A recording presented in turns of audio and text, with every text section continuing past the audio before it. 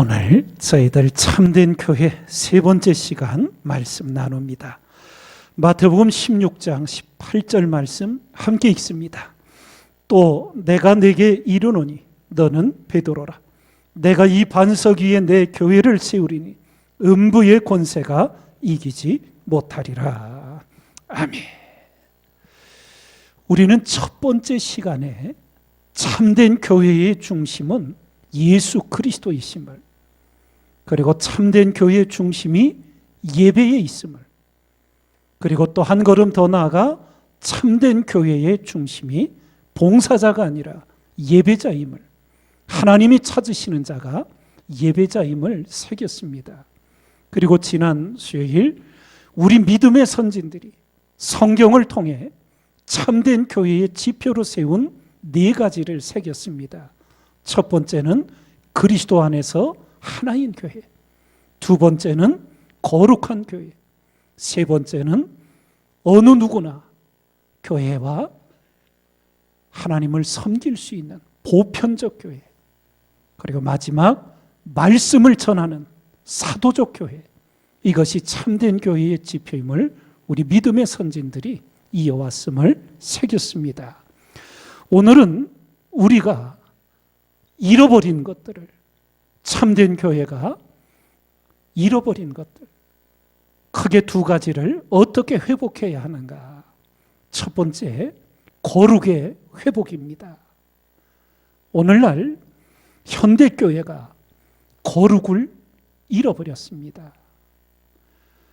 초대교회 에베소 교회가 진리를 지키려다 사랑을 잃어버려 성령 하나님께 책망을 듣게 되었지요.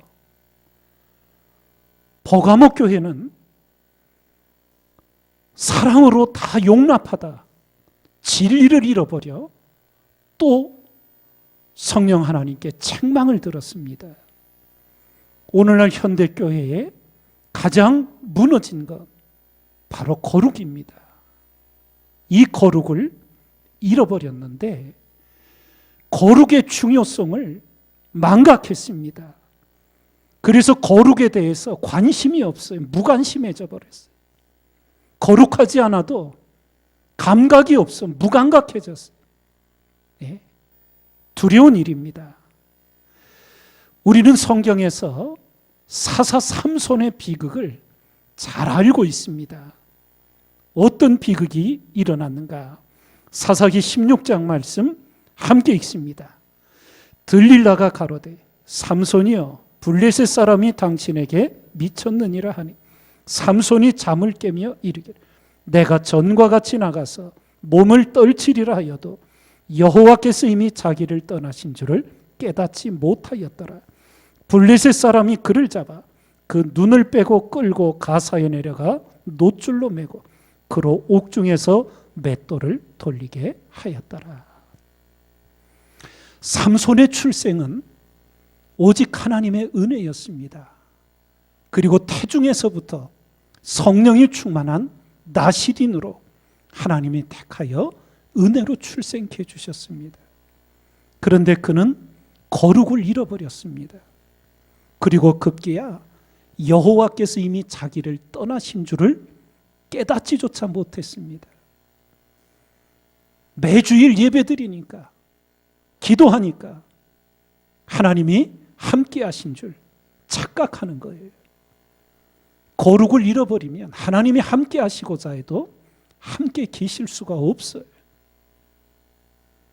오늘날 현대교회가 그저 모이니까 교회라는 이름만 유지하고 하나님의 임재는 이미 없는 그런 상태를 인간의 열심으로, 인간의 어떤 눈에 보이는 업적으로 하나님이 함께 하신다고 착각하는 어리석음이 많이 있습니다.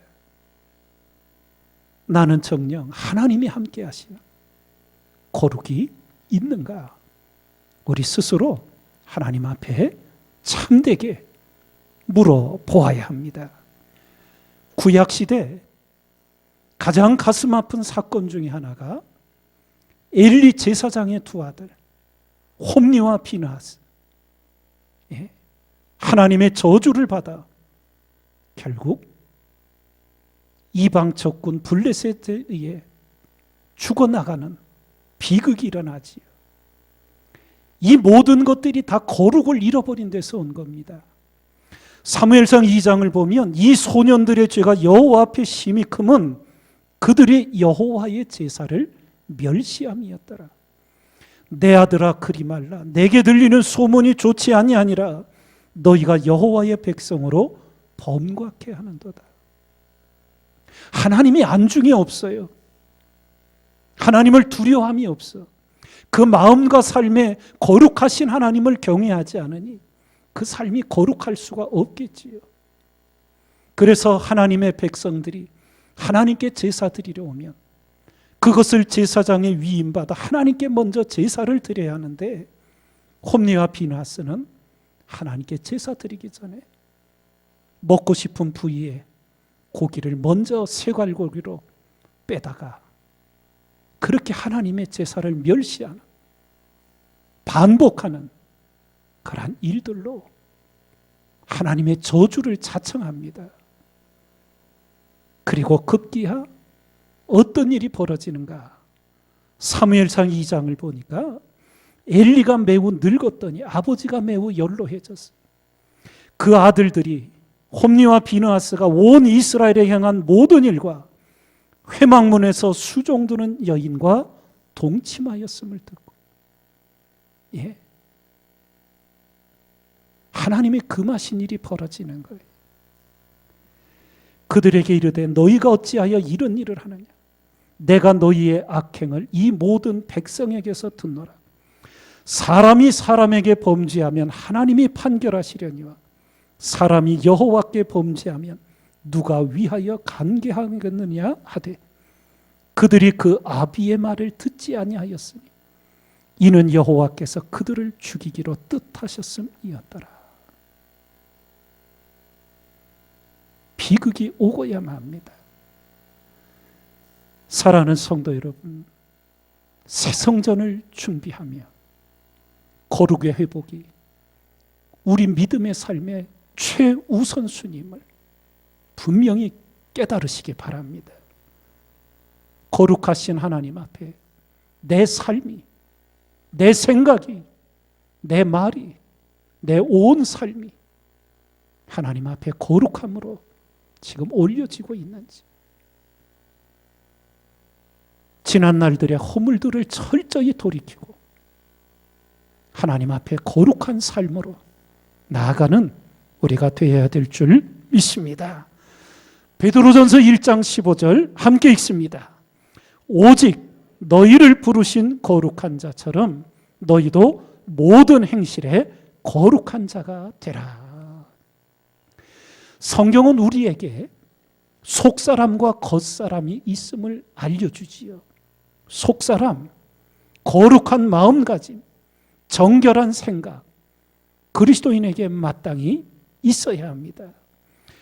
그래서 다윗 왕은 밧세바와의 범죄 이후 철저히 통해 자복하고 하나님 앞에 이런 간구를 올려드리지요. 하나님이여, 내 속에 정한 마음, 깨끗한 마음이, 정한 마음을 창조하시고 내 안에 정직한 영을 새롭게 하소서. 이것이 여러분과 저의 끊임없는 기도가 되어야 합니다. 우리의 속사람이 하나님 보시기에 변화가 있어야 돼요. 거룩함의 은혜로서. 그렇게 될 때 우리 겉사람이 거룩함으로 단장을 하게 돼요. 거룩한 몸가짐을 하게 됩니다. 거룩한 하나님을 경외하는 자는 옷을 입어도 몸을 단장해도 거룩함이 드러납니다. 말에 있어 거룩한 말을 합니다. 보는 것도 더러운 것을 보지 않습니다. 그런 모든 것들이 합하여져서 하나님 앞에 전인적인 성결과 거룩으로 나아가게 됩니다.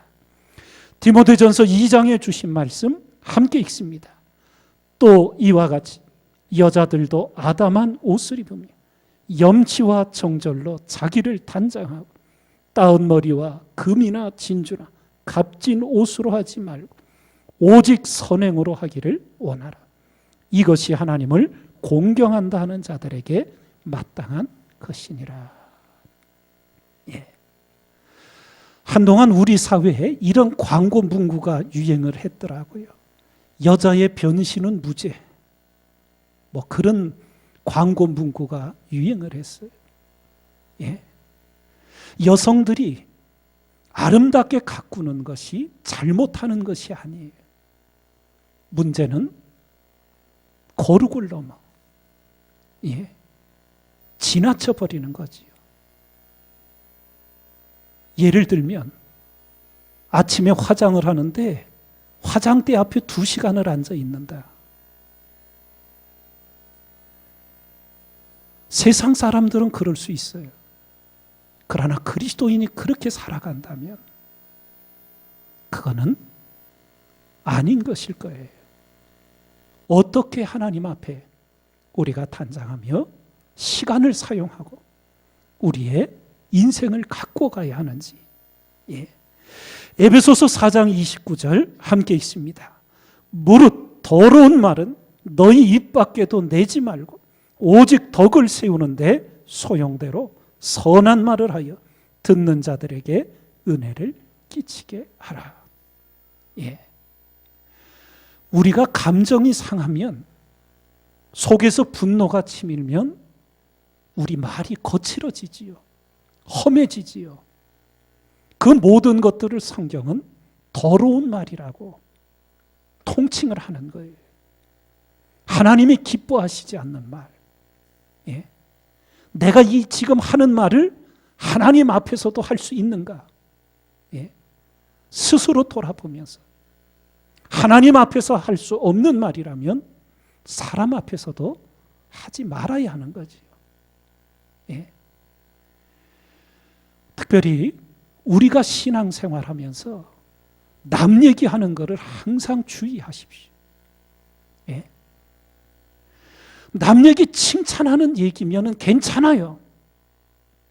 뒤에서 남 얘기 서로 하는 거는 대부분 안 좋은 얘기, 비난하는 얘기, 끌어내리는 얘기예요. 그건 그리스도인에게 합당한 삶이 아니에요. 항상 주의하셔야 돼요. 그런데 우리 사람은 남을 끌어내릴 때 이게 뭔가 잘못돼서 괜히 그게 신나는 것 같아요. 예? 그래서 여러분, 지금 가톨릭의 교황 프란치스코 교황이 그런 책을 썼는데 제목을 이렇게 썼더라고요. 남 얘기만 안 해도 성인이 됩니다. 뒷담화만 안 해도 남에 대해서 뒤에서 남 얘기만 안 해도 성자가 된다. 얼마나 우리가 남 얘기를 함부로 합니까? 쉽게 합니까? 항상 주의하시고, 그 모든 것들이 다 하나님이 받지 않은 더러운 말이에요. 항상 주의하셔야 돼요. 에베소서 5장의 말씀 함께 읽습니다. 음행과 온갖 더러운 것과 탐욕은 너희 중에서 그 이름이라도 부르지 말라. 이는 성도의 마땅한 바니라. 누추함과 어리석은 말이나 희롱의 말이 마땅치 아니하니 돌이켜 감사하는 말을 하라. 너희도 이것을 정령이 알거니와 음행하는 자나 더러운 자나 탐하는 자 곧 우상 숭배자는 다 그리스도와 하나님 나라에서 기업을 얻지 못하리니. 예. 얼마나 두려운 가르침이에요. 이 거룩지 못한 모든 모습에 나타나는 것을 통하여 하나님 나라에서 기업을 얻지 못한다. 더 구체적으로 갈라디아서 5장 이렇게 증거합니다. 함께 읽습니다. 육체의 일은 현저하니 곧 음행과 더러운 것과 호색과 우상숭배와 술수와 원수를 맺는 것과 분쟁과 시기와 분냄과 당짓는 것과 불리함과 이단과 투기와 술취함과 방탕함과 또 그와 같은 것들이라. 전에 너희에게 경계한 것 같이 경계하노니 이런 일을 하는 자들은 하나님의 나라를 유업으로 받지 못할 것이. 예? 한마디로 거룩이 회복되지 못하면 하나님 나라 꿈도 꿀 수 없다는 거예요. 예? 오늘날 현대교회 바로 우리들이 거룩하신 하나님 앞에 나아가며 우리가 거룩에 무관심했고 거룩에 무감각해졌어요. 예? 형식적으로 외식적으로 하는 거룩이 아니에요. 예? 거룩하게 폼 잡는 게 아니에요. 하나님 보시기에 그 머리끝부터 발끝까지 그 마음의 생각까지 하나님 보시기에 거룩하게, 그야말로 표현을 하자면 뼛속까지 거룩하기를 하나님 앞에 소원하면서 하나님의 도우심을 기도하고 엎드려 은혜를 구하며 하나님을 향하는 여러분과 제가 되어야 될 줄 믿습니다. 너무나 흐트러져 버렸어요. 너무나 무감각해졌어요. 너무나 무관심해졌어요. 거룩에 대해서. 너무나 많은 것이 무너져 버렸어요. 정신 똑바로 차려요. 예. 하나님 앞에서 할 수 없는 말들은 어디서도 하지 말아야 돼요.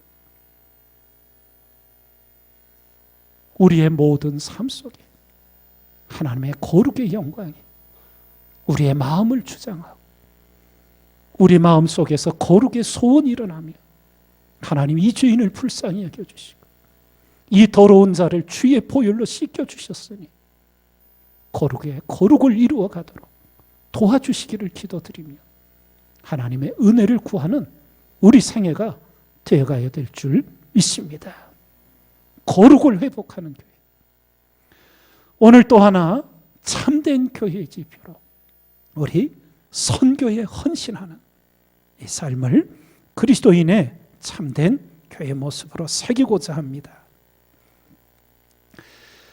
1900년대 초에 중국 땅에 들어가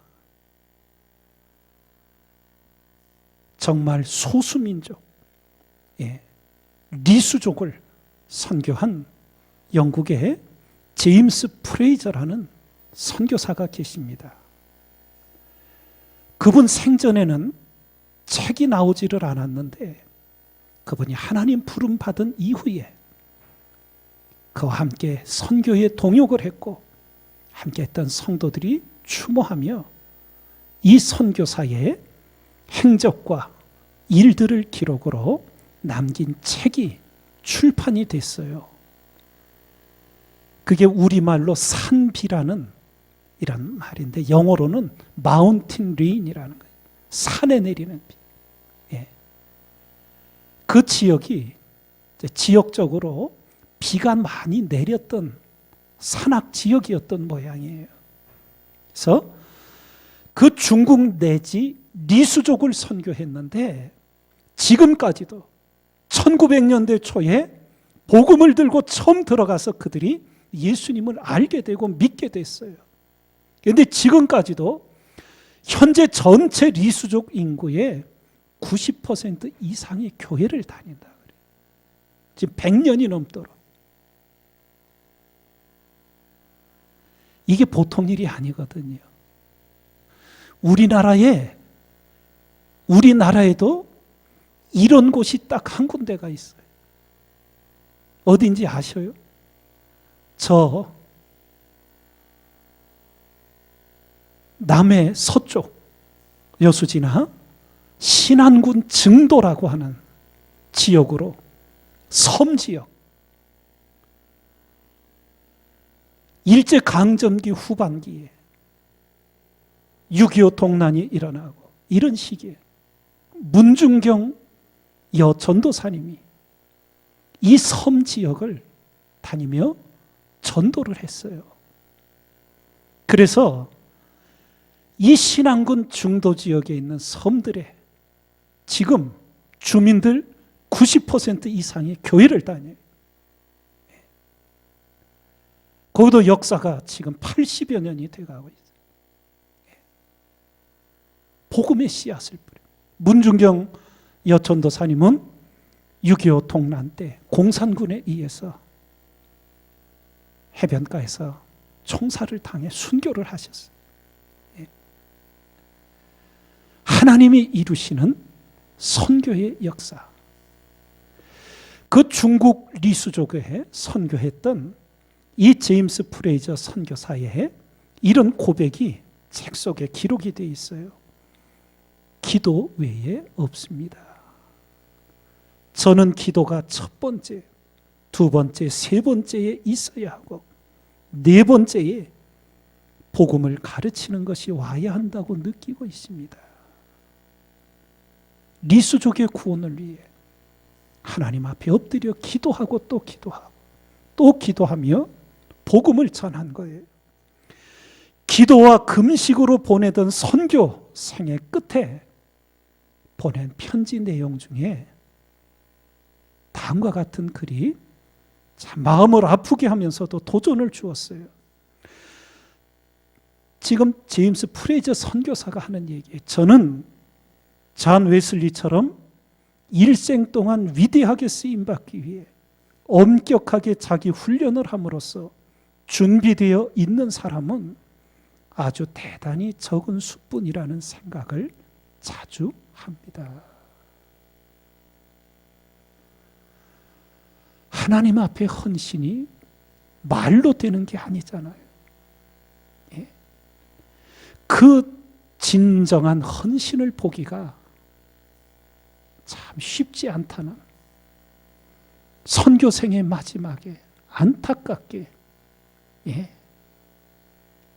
우리에게 전해주고 있어요. 선교에 헌신하는 교회, 선교가 회복되는 것. 우리가 이것을 위해 기도하며 또 기도하기 위해 선교의 역사를 짤막하게 큰 틀을 우리 마음속에 기억하고 있어야 돼요. 어떤 거냐? 하나님께서 1517년 종교개혁을 일으키고 1800년대 중반이 되기까지 개신교도 선교에 나서지를 않았어요. 선교는 하나님이 하신다. 그리고 방치되어 있었어요. 그때 우리 영국의 윌리엄 캐리가 일어나 이제 인도에 선교를 문을 엽니다. 그 선교의 아버지로 불리게 돼요. 근데 그때 당시는 아직 교통편이 발달이 안 됐기 때문에 다른 나라 타 지역에 가서 선교할 때 해안, 바닷가 항구 있는 연안 선교 시대였어요. 선교사들도 많이 가지 않았고, 그게 선교의 첫 번째 물결이었어요. 그리고 이어서 두 번째 물결은 이제 해안 연안 쪽에 선교사들이 가서 복음을 전하고 본국하고 오고 가면서 교회가 세워지고 어느 정도 되어졌는데 이제는 그 연안을 떠나 내륙으로 안으로 들어가야 되는데 치안이 확보되지가 않은 거예요. 외지인들에 대해 배척이 있는데 더군다나 외국인들에 대해서는 더 그런 게 있잖아요. 예? 집사람하고 제가 신학대학원을 졸업하고 화전민이 정착한 교회는 전혀 없는 산골 지역에 배낭 2개 메고 들어갔어요. 그러니까 그때도 외지인들에 대한 경계심이 있었어요. 예. 저 사람들이 여기 왜 왔을까? 예. 송이 따라왔나? 우리는 그게 있는 줄도 몰랐는데 가을 되니까 가정마다 한 사람씩 남자 대표들이 해서 산에 들어가 가지고 산 길목을 지키고는 송이를 따더라고요. 저와 집사람이 4월에 들어갔는데 저희는 안 껴주더라고. 회의에 부르지도 않고, 물론 불러도 따라가자 그래도 가지도 않았겠지만, 예. 외지인들에 대한 경각심이, 이 당시에 외국인이 그 나라 내륙으로 들어갈 때 아무것도 보호받을 수 있는 길이 없는 거예요. 더군다나 배가 닿는 해안을 떠나면 본국으로부터도 어떤 공급도 원활할 수가 없는 거예요. 그럴 때 전에도 말씀드렸던 허드슨 테일러 선교사, 영국 사람으로서 선교의 사명을 하고 중국에 들어가 복음을 전하는데, 선교사들 가운데 자원자들을 호소한 거예요. 이제 연안 선교는 어느 정도 이루어졌다. 이제 내륙으로 들어가야 되는데 우리가 알듯이 다 위험하다. 자원자들을. 그래서 허드슨 테일러 선교사를 중심으로 몇 사람이 이제 자원하여서 내륙으로 들어가는 거예요. 본국에다가 마지막 편지를 씁니다. 유언같이. 우리는 이제 하나님만을 의지하고 내륙으로 들어갑니다. 선교비도 보내지 마십시오. 받을 수도 없습니다. 우리의 필요는 하나님이 공급해 주실 것입니다. 이렇게 해서 선교의 제2물결인 내지 선교 시대로 그 뒤를 이어 각 나라의 선교사들이 이제 들어가기 시작한 거예요. 그리고는 1970년대에 이르러서 선교의 제3물결이 이제 기독교의 전 역사 속에서 흩어지게 되는데, 그동안은 국가에 대한 국가별 선교를 생각했다면 1970년대에 이르러서는 이제는 국가 단위가 아니라 종족 단위로, 민족 단위로. 우리는 단일 민족이기 때문에 이게 좀 덜한데, 여러분 중국만 해도 물론 한족이 있지만 거기도 50몇 개 소수 민족들이 합해져 있어요. 저 베트남 가도 미얀마 가도 몇 개의 부족들이 한 나라가 돼 있어요. 그래서 이게 한 나라의 선교를 가도 종족들이 다른 거예요. 그래서 이제는 국가별 선교가 아니라 종족별 선교로. 그래서 미전도 종족 선교 시대를 열어요. 그렇게 하면서 선교사들이 세계의 선교의 흐름을 또 현 상황을 파악하기 위해 몇 년에 걸쳐 연구하고 종합을 해보니까 북위 10, 40창이라는 것이 만들어지게 된 거예요. 알려지게 된 거예요. 이게 북위 10도에서 40도 사이에 거의 복음의 불모지대가 여기에 있었던 것을 알게 된 거예요. 여기가 바로 공산권, 이슬람, 불교, 힌두교, 그리고 미신, 이런 것들이었어요. 그래서 이 10, 40창에 구원을 놓고 이제 기도 제목이 생긴 거예요. 그리고는 또 몇십 년이 지나서 이 10, 40창 선교에 이제 집중하며 나아가며 또 하나 깨닫게 된 게 44창이라는 것이 제창이 돼요. 이거는 부기가 아니라 나이를 말하는 거예요. 선교의 역사를 보니까 어른들을 전도하기는 참 쉽지 않은데 어린아이들을 전도하니까 이게 복음을 받아들이는 거예요. 4세부터 14세. 그래서 여러분 중국이나 이런 곳에는 18세 미만에 선교하면 감옥 갑니다. 아이가 성인이 되기 전에 복음을 접하지 못하도록 그렇게 법으로 규정을 하고 있어요. 이렇게 하나님께서 인도하시는 선교의 물결이 흘러오다 선교의 제3물결이 지금 일어나고 있는데, 그게 바로 가족, 집안 선교 시대가 된 거예요. 복음이 돌고 돌아서 이제는 전한 쪽이 이제는 약화가 된 거예요. 그 대표적인 국가가 영국이에요. 미국보다도 앞장서서 선교를 개척을 했어요. 인도에 간 윌리엄 캐리라든지 중국에 간 허드슨 테일러라든지 위대한 선교의 개척자들, 아프리카 선교관 리빙스턴, 이게 다 영국 크리스찬들이었어요. 그런데 선교 200년의 역사 속에서 지금 영국 기독교가 좀 표현이 그렇지만 아주 쪼그라드는 거예요. 후세대들이 무너져 버린 거예요. 그래서 지금 제4 선교의 물결이 일어나야 한다. 그게 바로 자녀와 집안의 선교를 위해 일어나야 한다. 이런 각성과 깨달음들이 복음을 전한 초창기 크리스찬 국가들마다 일어나고 있는 거예요. 그래서 성경적으로 표현하면 우리 그리스도인은 한 사람 한 사람 만인 제사장이자 만인 선교사예요. 이 만인이라는 만명이라는 뜻이 아니라 모든 사람, 모든 그리스도인이 구약시대처럼 레위인 아론의 자손만 제사장이 되는 게 아니잖아요.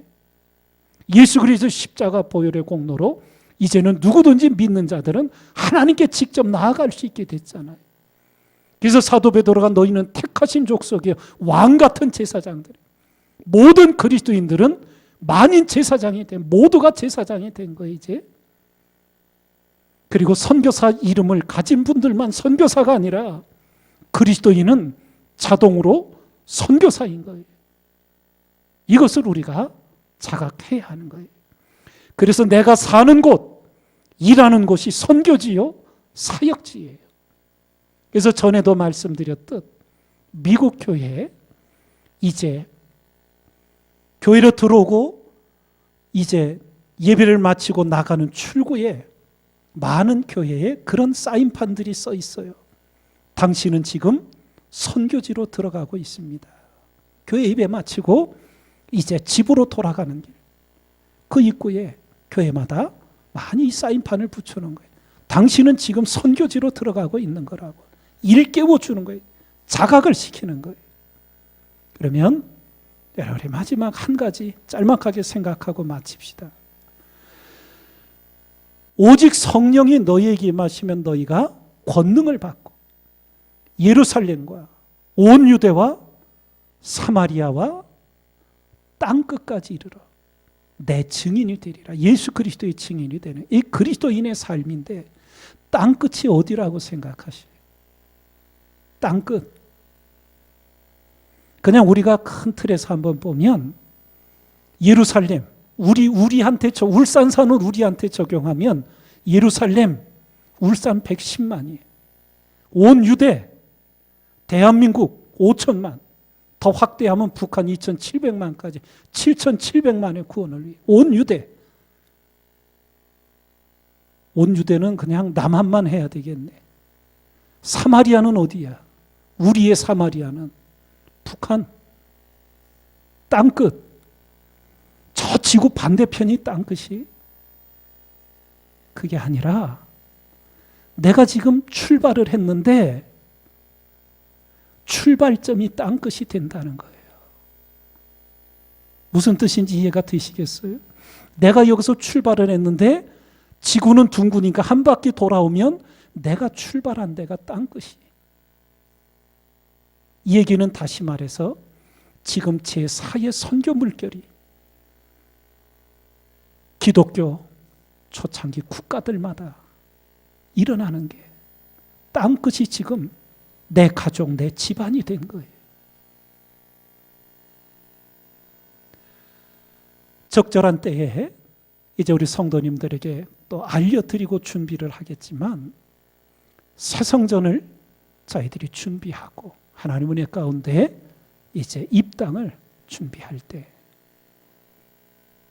여러분들 벌써 기도로 준비하는 분들도 계시고 이미 선교 작업에 들어가신 분들 얘기를 들어요.